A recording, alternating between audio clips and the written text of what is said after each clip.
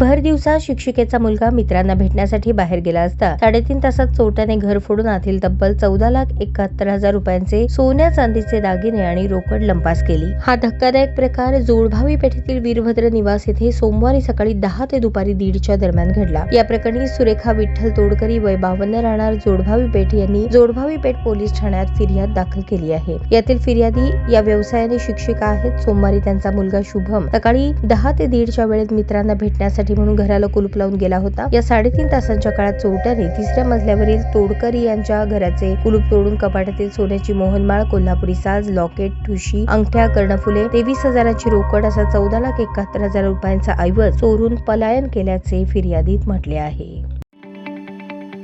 ताज्या बातम्या पाहण्यासाठी प्राईम महाराष्ट्र न्यूज चॅनलला सबस्क्राईब करा।